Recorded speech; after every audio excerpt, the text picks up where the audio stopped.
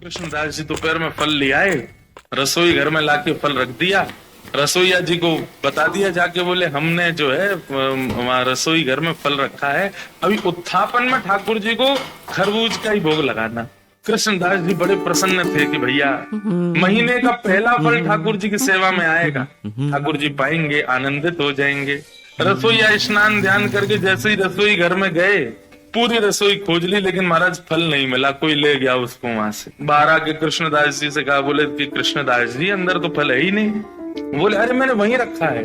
बोले मैंने देख लिया, कहीं भी नहीं है, सब जगह खोज लिया महाराज, फल तो कहीं चला गया, उसको कोई और ले गया। कृष्णदास जी बड़े व्याकुल हो गए।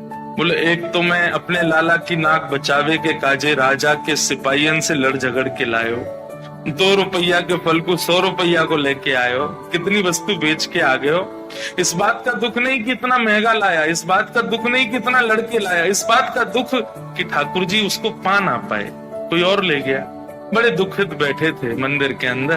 उत्थापन का समय अन्य फलों का भोग ठाकुर जी को लगा दिया, लेकिन कृष्णदास जी का मन बड़ा विचलित।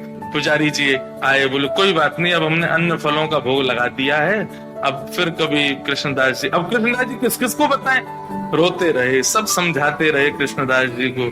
उत्थापन का भोग जब अनवसर हुआ और पुजारी जी ने बाहर आकर के जैसे ही कपाट खोलने की घोषणा की, सब दर्शनार्थी खड़े हो गए, कृष्णदास जी के भी नेत्र लाल पड़े। जैसे ही कपाट खुले तो क्या पाया, ठाकुर जी के उर्द बाहु के ऊपर वही फल रखा जाता जो कृष्णदास जी लेकर के आए।